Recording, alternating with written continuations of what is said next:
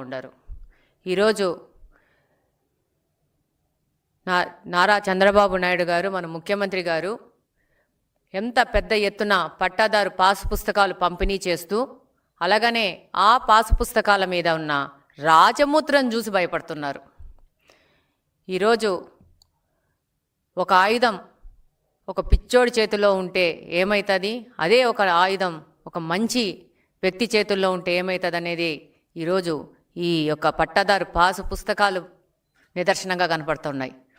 మీరు ముఖ్యంగా చూస్తే జగన్మోహన్ రెడ్డి గారు భూ రీసర్వే పేరు మీద ఎన్ని దోపిడీలు, దుర్మార్గాలు, ఆక్రమణలు చేశారో గత 5 సంవత్సరాల్లో ప్రజలు ఇంకా మర్చిపోలేదు.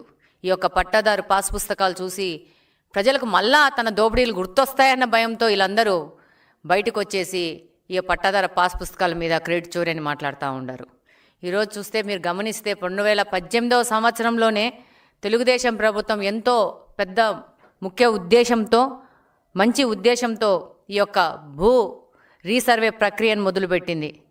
ఈరోజు చూస్తే ఆ రోజే తెలుగుదేశం పార్టీ అధికారంలో ఉన్నప్పుడే జగ్గయ్యపేటలోని తక్కెళ్లపాడులో భూ రీసర్వే పేరు మీద ఒక పైలట్ ప్రోగ్రాం మొదలుపెట్టి ఆ రోజు కంటిన్యూస్ ఆపరేటింగ్ రెఫరెన్స్ స్టేషన్స్ ద్వారా భూములు రీసర్వే చేసే విధంగా జీవో నెంబర్ 1348ను 2018 సెప్టెంబర్ 25వ తేదీనే తెలుగుదేశం పార్టీ జారీ చేసింది. 2019లో ఒక దురదృష్టవశాత్తు పార్టీ ఓడిపోవడము, వైకాపా పార్టీ అధికారంలోకి రావడము, ఈ భూ సర్వేని ఒక దోపిడీ చేయడానికి, ప్రజల భూములని ఆక్రమించుకోవడానికి వాడుకొని వాళ్ళు ఒక అవకాశంగా తీసుకొని వాళ్ళు కన్నుబడ్డ ప్రతి ఒక్క భూమిని వాళ్ళు లాక్కునే ప్రయత్నం చేశారు. ఈరోజు ఈ భూ సర్వేల వివాదాలు సృష్టించి, ఈ భూ సర్వేతో రీసర్వే పేరుతో ప్రజల మధ్యన వివాదాలు సృష్టించి న్యాయపరంగా సాయం దక్కకోకుండా వైసీపీ నాయకులు 2 రకాల పద్ధతులను ఈరోజు చేశారు. మీరు చూస్తే రీసర్వే పేరుతో దాదాపు రాష్ట్రంలోని చాలా భూముల్ని 22A జాబితాలో చేర్చడము, ఆ తర్వాత ఆ భూ వివాదాలు పరిష్కారం కాకుండా ప్రజలు అల్లకొల్లోలం పడితే మీకు క్లియర్ టైటిల్స్ ఇస్తామని చెప్పేసేసి భూ వివాదాలు పరిష్కరిస్తామని చెప్పి ఈ యొక్క ల్యాండ్ టైటిల్ యాక్ట్ని 2023 అక్టోబర్ 31న ప్రకటించడం జరిగింది. ఈ ల్యాండ్ టైటిల్ యాక్ట్లో ఆంధ్రప్రదేశ్లోని ప్రతి ఒక్క వ్యక్తికి తెలుసు ఈ ల్యాండ్ టైటిల్ యాక్ట్ ఏ విధంగా వాళ్ళ యొక్క స్వేచ్ఛను హరిస్తూ వాళ్ళ ఆస్తులను ఆక్రమించుకోవడానికి ఈ యొక్క ల్యాండ్ టైటిల్ యాక్ట్ తీసుకొచ్చినారనేది.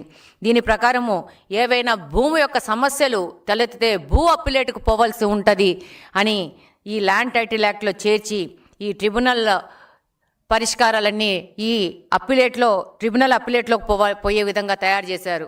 దీంట్లో ఈ యొక్క అప్పిలేట్ ట్రిబ్యునల్లో ఉండాల్సిన అధికారులు నీతి ఆయోగ్ చెప్పిన ప్రకారము నిపుణులు, బాధ్యతాయుతమైన అధికారులు, అలాగనే న్యాయ అధికారులు ఉండాలని చెప్పేసి ఈ అప్పిలేట్ ట్రిబ్యునల్లో నియమించాలని నీతి ఆయోగ్ చెప్తే వైకాపా పార్టీ ఏం చేసింది, ఎనీ పర్సన్ అనే పాయింట్ని చేర్చి నీతి ఆయోగ్ని కంప్లీట్గా పక్కన పెట్టేసి ఈ యొక్క ట్రిబ్యునల్లో కంప్లీట్గా వాళ్ళ యొక్క కార్యకర్తల్ని పెట్టుకునే విధంగా ఒక పెద్ద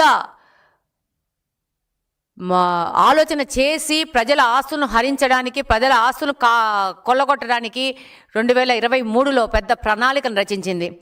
దీంట్లో ప్రకారము ఈ యొక్క ల్యాండ్ టైటిల్ యాక్ట్ ప్రకారము ఏవైనా భూ సమస్యలు వస్తే స్థానిక కోర్టులకు